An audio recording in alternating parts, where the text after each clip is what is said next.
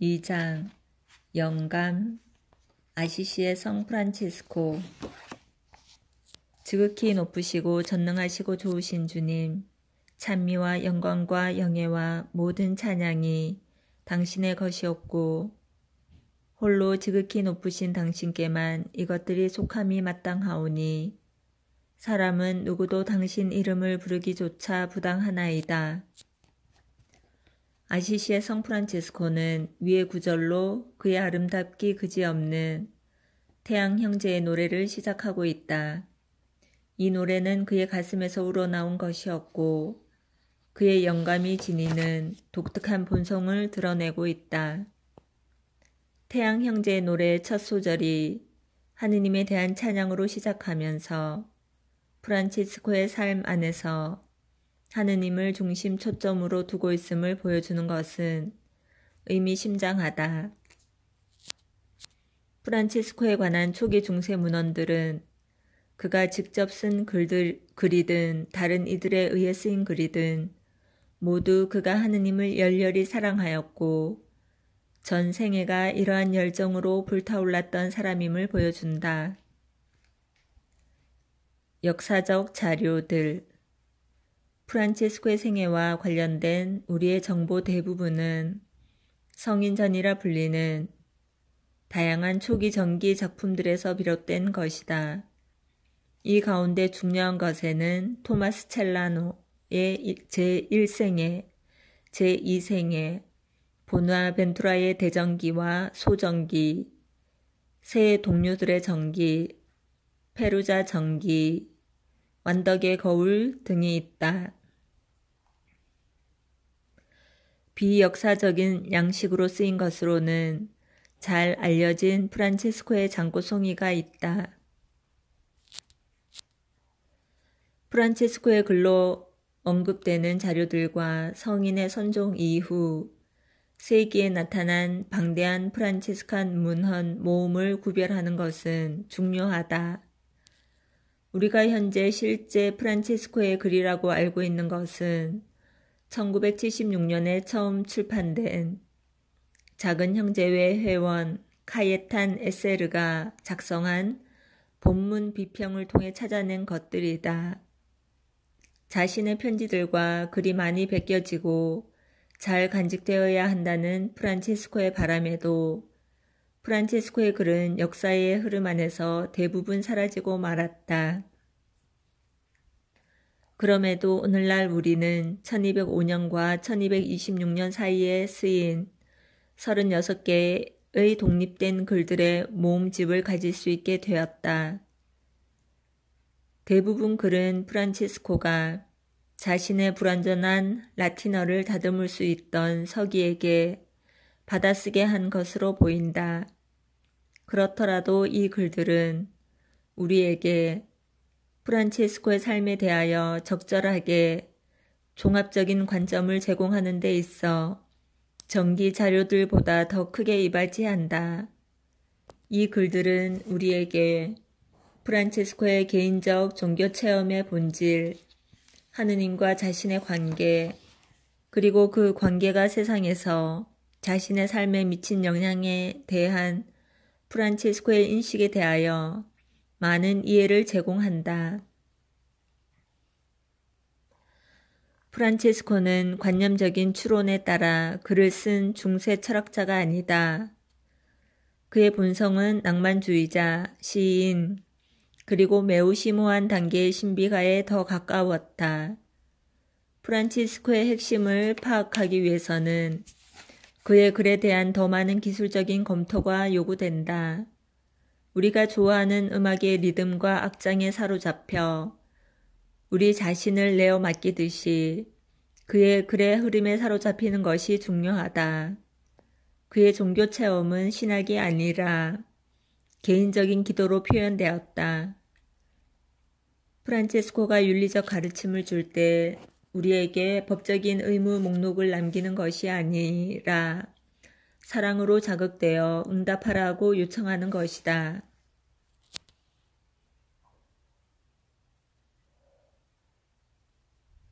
하느님에 대한 인식. 막스 쉘러는 프란치스코에 대해 이렇게 말한다. 서구 역사 안에서 프란치스코와 같은 공감과 보편적 감성의 힘을 지닌 인물이 다시 나타나는 일은 없을 것이다. 이러한 힘의 비밀은 어디에 있는가? 프란치스코의 글을 보면 그가 삶에서 하느님의 현존을 직접적으로 인식하고 있었음을 분명히 알 수 있다. 그가 말했듯이 그의 종교적 회심은 그저 단순히 삶을 바라보는 방식의 변화가 아니었다. 또한 타인의 영향을 받은 그 무엇도 아니다. 그에게 타인이라는 존재는 매우 중요하였고 자신의 마음을 분명히 알았던 사람이었다. 그렇지만 프란치스코는 그의 삶 가운데 무척 중요한 순간들 속에서 더 많은 것이 관련되어 있음을 확신하였다. 그는 자신의 회심 체험이 자신의 모든 선입견을 산산이 부수며 자신의 삶 안으로 파고 들어오는 하느님의 활동을 통해서 시작되었음을 확신하고 있었다. 그는 자신의 죽음 직전의 구술한 유언에서 나병 환자와 만났던 순간의 회개에 대하여 묘사하고 있다. 이 이야기는 프란치스코가 말을 타고 가던 중 갑자기 그의 길 앞에 한 나병 환자가 서 있던 것에 관해 말한다.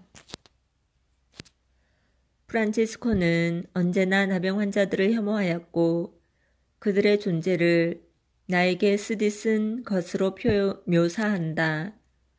분명히 그에게는 나병 환자들을 돌보고자 하는 의향이 없었고 어떠한 접촉도 피하고자 길을 멀리 돌아가곤 하였다. 그는 자신의 회심 체험에 대하여 자신이 찾아낸 나병 환자들 가운데 하나가 아니라 존재적인 측면에서 그들 가운데서라고 말하고 있다. 나병 환자를 맞닥뜨렸을 때 그의 선천적인 본능은 그 나병 환자에게서 달아나도록 재촉하였다. 그러나 그는 대신 나병 환자에게 다가가 신체적으로 껴안는 것을, 가장 두려워하던 것을 받아들이는 것을 가능하게 해주는 용기와 연민을 체험하였다. 주님께서 나 프란체스코 형제에게 이렇게 회개를 시작하도록 해주셨습니다. 죄 중에 있었기에 나에게는 나병 환자들을 보는 것이 쓰디쓴 일이었습니다. 그런데 주님 친히 나를 그들 가운데로 이끄셨고 나는 그들과 함께 지내면서 자비를 실행하였습니다. 프란체스코에게 있어 이 만남의 본질은 그 자신의 능력을 넘어서는 것이었다. 그것은 그에게 허락된 무엇이었다.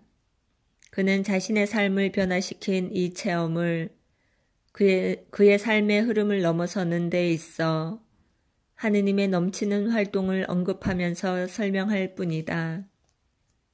후에 유언에서 프란치스코는 이렇게 말하고 있다. 그리고 주님께서 나에게 몇몇 형제주를 주신 후 내가 해야 할 일을 아무도 나에게 보여주지 않았지만 지극히 높으신 분께서 친히 거룩한 복음의 양식에 따라 살아야 할 것을 계시하셨습니다. 회개 당시 프란치스코는 사제가 아닌 평신도였다. 중세사회 상황에서 이러한 점은 성경과 그 자신 사이에 두 가지 장애물을 초래한다. 우선 비용과 교회의 규율의 이유로 그가 원하는 대로 성경을 가지지 못했을 가능성이 크다. 성경을 설명하는 일은 오직 사제에게만 주어진 일이었다. 두 번째로 성경은 오로지 라틴어로만 사용할 수 있었다. 비록 프란체스코가 움브리아 지역의 방언을 자유자재로 구사하였어도 라틴어에는 그리 능숙하지 못했음에 주목해야 한다. 그는 아마도 라틴어에 정통한 형제들 가운데 한 명이나 사제의 묵상을 통해서 성경에 접근할 수 있었을 것이다. 프란체스코의 회심 체험을 그가 살았던 시대 상황의 결과로 설명하고자 하는 시도, 즉 특정한 사회적, 종교적 압력이 그의 마음속에 하느님께서 그를 불러주셨다고 느끼게 한 배경의 일부였다고 주장하는 것은 당연하다. 하지만 이는 프란체스코가 그의 생의 마지막 순간에도 자신의 성소를 하느님에게서 비롯된 것으로 이해한 그 방법은 아니다. 위에서 언급한 유언의 발췌 구절에서 분명히 드러나듯이 그는 하느님에게서 비롯된 자신의 특별한 성소가 그에게 성경을 풀이해 준 누군가에 의해 생겨난 것이라고 믿지 않았다. 그의 성소는 그가 말했던 것처럼 이것이 성경이 의미하는 바이고 그러므로 그러한 삶의 양식으로 살아야 한다고 말해준 사제에게서 비롯된 것이 아니었다. 유아는 반대로 프란체스코는 내가 해야 할 일을 아무도 나에게 보여주지 않았다고 주장한다. 비록 그가 자신의 회심 체험을 성경의 빛과 교회 공동체 안에서 밝혀진 것으로 보았더라도 이 체험의 원인은 성경이나 공동체 어느 곳에도 속하지 않는 것이다. 더 정확히 말하자면 그의 초기 체험은 하느님의 활동과 관련되어 있었다. 지극히 높으신 분께서 친히 나에게 계시하셨습니다. 이 계시는 그가 기도하고 존경하는 이들에게 조언을 구하고 교회 공동체가 읽고 설명하는 복음을 듣는 동안 점차 명확해졌다. 프란체스코는 하느님이 맨 처음 개인적으로 그를 부르신 실제와 이것의 의미가 나중에 사회적 종교적 환경 안에서 그에게 밝혀지리라 믿었다. 프란체스코가 하느님께서 직접 불러주셨다는 그의 확신이 결코 자기 마음에 드는 일만 하는 것을 정당화하는 것으로 느끼지 않았음에 유념하는 것이 중요하다. 그는 자신의 확신이 더 큰 교회 공동체에서 검증되어야 한다고 주장하였고 교회의 대표, 첫째로 그의 지역 주교 그리고 로마의 교황에게서 자신의 성소에 관한 확인을 구하였다. 1209년 교황 이노첸시오 3세는 프란체스코의 삶의 양식을 승인하였다. 하느님께서 개개인을 직접 부르실 수 있지만 누군가는 그러한 부르심의 본질을 잘못 이해할 가능성이 매우 크다. 최근 몇 년간 우리는 하느님께서 자신을 부르셨다고 확신하였지만 더욱 큰 종교나 사회 공동체의 인준을 받는 데 있어 자신의 확신을 밝히기를 거부한 스스로 예언자라 칭하던 이들의 활동이 초래한 비극적인 결과들을 보아왔다. 하지만 프란체스코는 자신의 성소가 자신을 하느님의 백성보다 더 크게 만드는 것이 아니라 언제나 하느님 백성의 일부가 되게 하는 것임을 깨달았다. 효모가 반죽과 분리되지 않고 그 안에 완전히 섞여야만 잠재력을 발휘하는 것처럼 프란체스코는 교회 공동체 안에 자신을 담갔고 그 교회 공동체에 새 생명을 가져다 주었다. 가치의 전환. 프란체스코가 지닌 힘의 비밀은 그의 삶 안에서 하느님의 현존을 직접적으로 인식한 것에 있다. 그는 하느님의 활동과 거룩한 부르심에 대한 민감한 감각으로 하느님을 향한 강렬한 갈망을 느끼게 되었다. 그는 하느님에게서 자신을 멀어지게 하는 모든 것에서 자유로워지기를 바랐고 예수 그리스도 안에서 그의 모범을 찾았다. 그 후 그의 생활 양식은 문자 그대로 그리스도를 따르는 것이었다. 이는 자기 자신을 죽이는 것, 타인을 위해 사는 것, 다른 모든 것에 합당한 선이시며 사랑이신 주님을 위해서 모든 것을 봉헌하고자 하는 의지의 삶이었다. 이때 여기에서 가치의 전환이 이루어진다. 이전에 그가 중요하다고 애착한 것이 그를 만족하게 하지 못하는 데 반하여 새로운 우선순위 체계는 그의 전 존재의 활력을 불어넣었다. 이러한 가치의 전환은 오직 하느님의 영의 힘에 대한 철저한 의존성을 통해서만 성취될 수 있다. 프란치스코가 영이라는 단어를 사용하는 방식은 성 바오로의 그것과 유사하다. 즉, 하느님의 영에 사로잡힌 인간의 영에 대한 히브리적 이해와 유사하다. 이는 그 자신의 수고의 힘이 아니라 프란치스코가 의지했던 힘이었다. 그는 육을 따르기보다 영을 따라 살아야 한다고 말하였다. 하느님의 종이 주님의 영을 지니고 있는지는 이렇게 알 수 있습니다. 주님께서 그 사람을 통하여 어떤 선을 행하실 때 그의 육이 그 때문에 자신을 높이지 않을 때 알 수 있습니다. 육은 자기 자신의 목적과 중요성만을 보는 이기적인 자아이다. 이는 하느님에 대한 의존성을 거부하는 이기적인 자아이다. 이는 본질에서 하느님을 흠숭하기보다는 자기 자신을 사랑하는 것이기 때문에 프란치스코는 이러한 태도를 죄로 규정하였다. 육을 따라 사는 사람은 자기에 사로잡히게 되지만 영을 따라 사는 사람은 자기 자신을 죽이고 하느님을 모든 선의 근원으로 여긴다.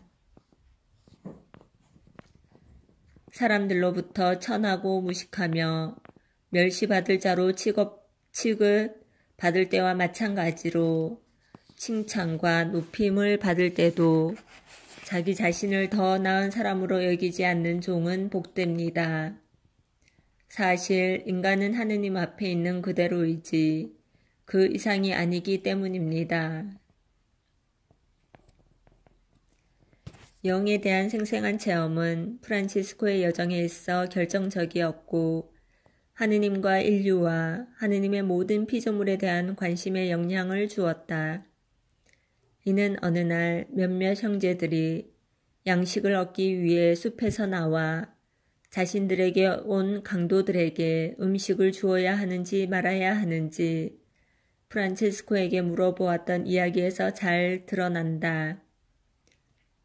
프란치스코는 형제들에게 빵과 포도주를 사서 강도들을 위해 저녁을 준비하고 겸손과 쾌활함으로 그들을 대접하도록 조언하였다.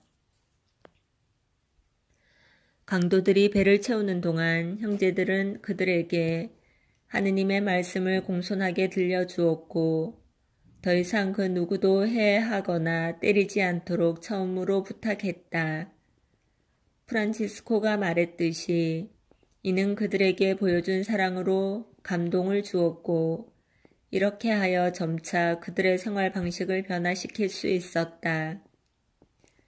이 이야기의 정확한 역사적 사실이야 어떠하든 프란치스코의 특징 가운데 중요한 요소 하나를 반영하고 있다.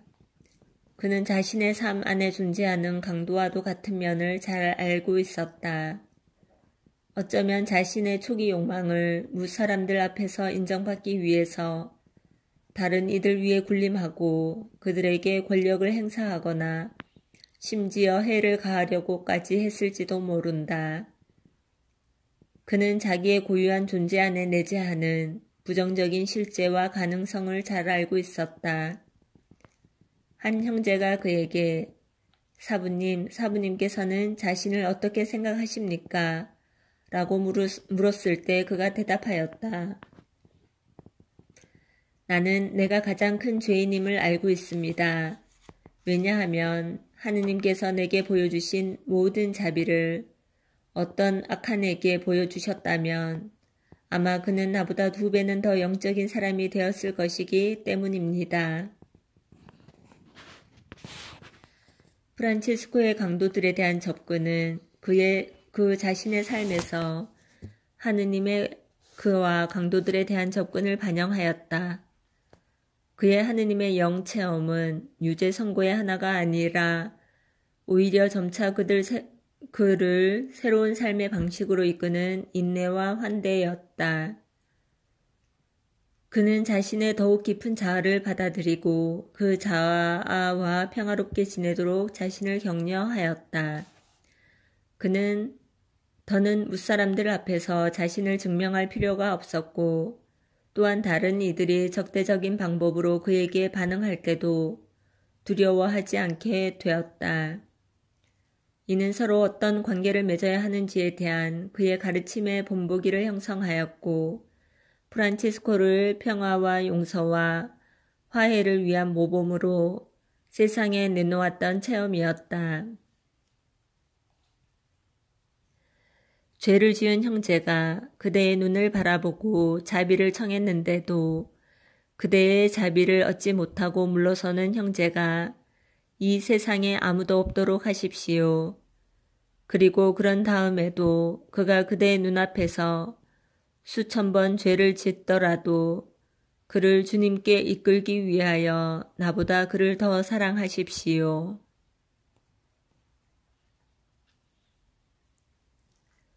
평화의 도구. 프란치스코는 술탄 멜렉 엘 카밀을 만나기 위해 자신을 평화의 중재자로 준비하였다. 5차 십자군 원정은 그리스도교 세계와 이슬람 세계 간의 격렬한 적대 관계를 배경으로 한다. 1218년 십자군은 이집트 해안에 상륙하여 다미에타를 포위하였다. 그들의 상대는 총명하고 고상하며 신성한 인물로 묘사되는 살라딘의 조카 멜렉 엘 카밀이었다. 1219년 프란체스코는 그를 만나기로 결심하고 나일 삼각지에 있는 다미에타에 당도하였다. 프란체스코와 술탄 간의 만남에 관해서는 몇몇 기록이 존재한다. 프란치스코가 설교로서 술탄을 개종시키려는 의도로 분계선을 건너간 것과 무사히 십자군 진영으로 돌아온 것은 분명하다. 15세기의 한 아랍 저자 역시 두 인물의 만남에 대해 간접적으로 증언하고 있다. 이러한 기록 중 하나는 실제로 다미에타에서 프란치스코를 만났고 프란치스코가 아직 살아있을 당시에 기록을 남겼던 비트리의 야고보가 제공한다. 야고보는 다미에타에서부터 술탄 진영에 이르기까지 계속해서 비무장 상태였던 프란치스코에 대해 진술한다. 프란치스코는 도중에 포로로 잡혔지만 나는 그리스도인입니다 라고 선언하고 술탄에게 데려가 달라고 요청하여 멜렉 엘 카밀 앞에 서게 되었다. 술탄은 프란치스코에 매료되었고 그리스도에 관한 그의 설교에 귀 기울였다. 마지막에 술탄은 프란치스코에게 십자군 진영으로 돌아가는 안전한 통행을 보장해 주었다. 분명히 이 만남에 대한 기록들은 직접 또는 영상으로 현장의 내용을 전달받고자 하는 현대인의 요구를 충족시켜 주지는 못할 것이다. 그렇지만 이 사건은 프란치스코를 통해 드러난 정신에 대해 많은 것을 말해주고 있다. 프란치스코는 비무장한 평화의 사람으로 술탄의 진영으로 갔다. 그는 두 군대를 서로 대립하게 했던 두려움과 편견을 없앴다. 프란치스코는 십자군과는 대조적으로 신앙의 방패 외에 다른 보호 없이 술탄의 진영으로 갔다. 그는 자신의 믿음, 그리스도와 그분 안에서 계시되는 하느님에 대한 믿음의 순수성을 전하기 위해 십자군을 상징하는 그리스도교적 정치 체계를 잊어버렸다. 그는 술탄에게 자신과 마찬가지로 그 자신의 신앙의 순수성을 받아들이기 위해 이슬람 정치 체계를 넘어서라고 요청하였다. 술탄이 프란체스코에게 십자군 진영으로의 안전한 귀환을 보장했다는 점은 프란체스코가 그에게 깊은 인상을 주었음을 명백히 보여준다. 하느님에 대한 프란체스코의 깊은 믿음은 그에게 정치적, 종교적 장벽을 무너뜨릴 힘을 주었고 종교 간 대화의 본보기가 되게 하였다. 이러한 대화는 현대의 긴급한 사안 중 하나이기에 이 책의 후반부에서 이 만남의 의미를 더 자세히 살펴보게 될 것이다. 신비적 껴안음, 하느님과 피조물. 신비가로서의 프란체스코에 대한 이해 없이 프란체스코의 정신을 파악하는 것은 불가능하다. 이 신비주의의 핵심은 하느님 안에서 삶의 충만함을 실현하기 위해 이기적인 자아를 죽이는 데 있다. 그의 신비 여정은 그가 하느님의 육화한 실제로 믿었던 그리스도를 뒤따르는 것과 떼어놓을 수 없는 관계에 있었다. 프란체스코는 우리 주 예수 그리스도의 정배들이요 형제들이며 어머니들 이라는 관점에서 신비적 일치를 묘사하고 있다. 신비적 일치의 친밀함과 다정함은 형제라는 남성적 이미지로 표현될 뿐 아니라 부부의 모습과 어머니와 자녀 사이를 묶는 유대감을 포함한다. 성령으로 말미암아 신실한 영혼이 우리 주 예수 그리스도께 결합할 때 우리는 정배드립니다. 우리가 하늘에 계신 아버지의 뜻을 실천할 때 우리는 그분의 형제들입니다.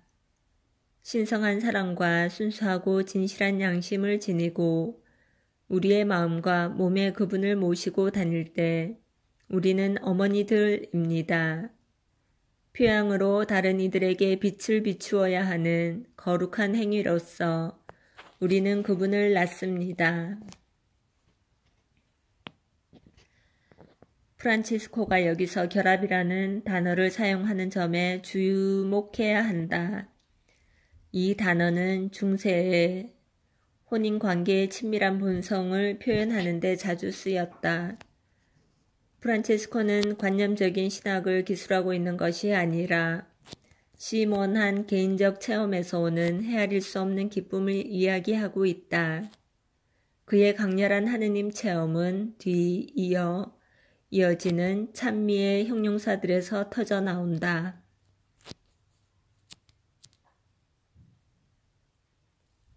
거룩하시고 위대하신 아버지를 하늘에서 모시는 것은 얼마나 영광스러운지, 위로가 되고 아름답고 감탄스러운 그러한 정배를 모시는 것이 얼마나 거룩한지, 또한 흡족스럽고 겸손하고 평화롭고 감미롭고 사랑스러우며 무엇보다도 먼저 열망해야 할 그러한 형제와 그러한 아들인 우리 주 예수 그리스도를 모시는 것이 얼마나 거룩하고 소중한지. 프란치스코의 신비 체험은 그의 모든 피조물과의 관계 안에서 표현되었다. 우리는 이를 그가 직접 작성한 태양 형제의 노래에서 찾아볼 수 있다. 태양 형제의 노래는 범신론에 대한 헌사가 아니다. 또한 자연세계에 대한 심미적인 감상도 아니다. 태양 형제의 노래의 핵심에 놓여 있는 것은 그가 개인적으로 체험한 하느님이 동시에 창조된 만물 안에 당신의 선하심을 반영하는 창조주 하느님이기도 하다는 것이다. 태양 형제의 노래의 주요 부분은 프란체스코의 생의 마지막 순간에 육신의 병과 자신의 수도회의 미래에 대한 정서적인 염려로 인해 고통받던 때에 쓰였다. 그런데도 그는 자신과 하느님의 관계를 되돌아봄으로써 하느님 선하심의 한 구성에 압도되었고, 이는 그를 모든 창조된 물질 안에서 하느님의 선하심의 반영을 보고 체험하도록 이끌었다. 태양 형제의 노래에서 그는 창조된 세계를 형제, 자매, 어머니라고 부르고 있다. 이러한 특성들은 단순히 시적 의인화가 아니라 영성적인 관계에 대한 표현이다.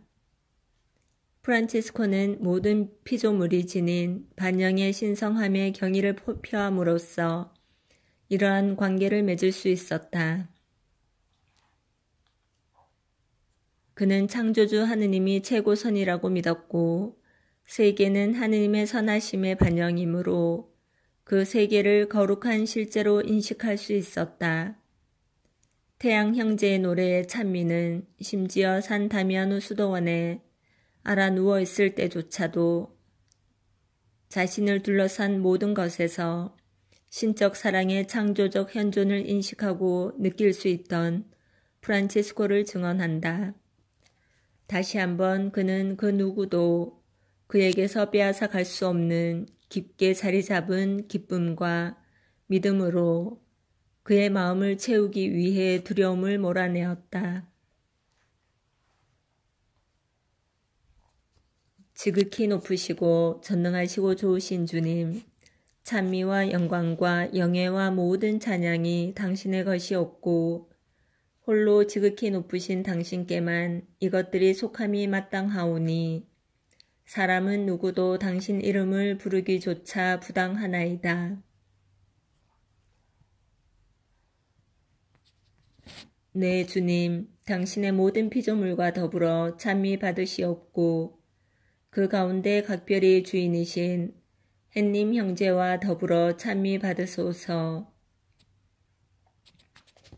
네, 주님, 우리 어머니인 땅 자매를 통하여 찬미 받으시옵소서.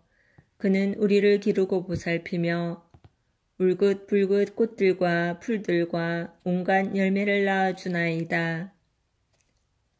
내 주님을 찬미하고 찬양들 하여라. 감사를 드리고 한껏 겸손을 다하여 주님을 섬겨라. 성 프란치스코는 오늘날 생태계의 주보 성인으로 잘 알려졌다. 20세기 말 인류는 그 어느 때보다도 우리가 사는 자연 세계에 대한 존중과 관심을 가져야 할 의무를 인식하고 있다. 이러한 존중 없이는 생태계의 균형은 파괴될 것이고 후손들에게 비극적인 결과를 초래할 것이다.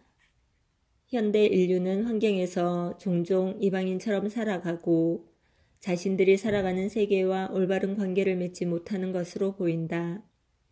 프란치스코는 모든 피조물이 자신들 안에 하느님의 창조적 선의 반영을 내포하고 있다는 믿음을 통해 창조된 세계와 영적 관계를 맺는 우리의 감각을 회복하는 능력을 제안한다.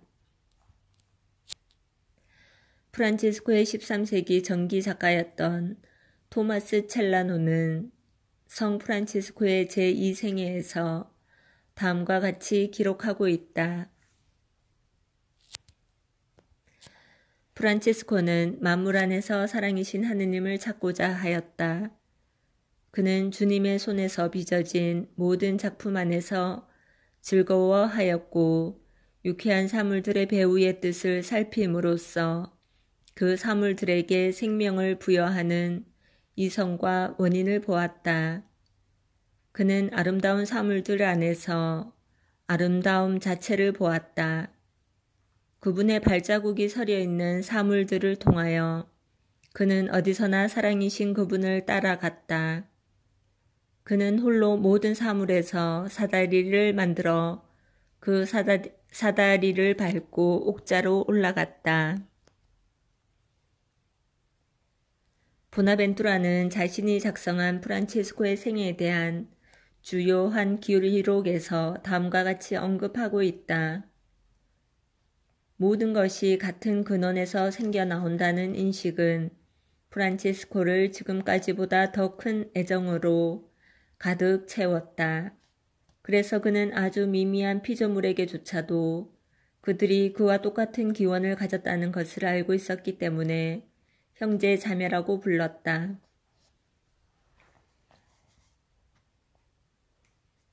프란치스코의 마지막 신비 체험은 성산 라 베르나의 정상에서 일어났다. 앞서 1장에서 언급했듯이 프란체스코는 종종 고독과 기도의 긴 시간을 보내기 위해 라베르나에 은둔하곤 했는데 이곳이 십자가에 못 박히신 그리스도의 상처를 그 자신의 몸으로 체험한 곳이었다. 그리스도를 따라서 자기 자신에 대해 죽는다는 것은 하느님께 순명하여 자기를 내어준 그리스도 사랑의 행위와 육체적으로 일치하는 것에서 가장 완벽하게 표현되었다.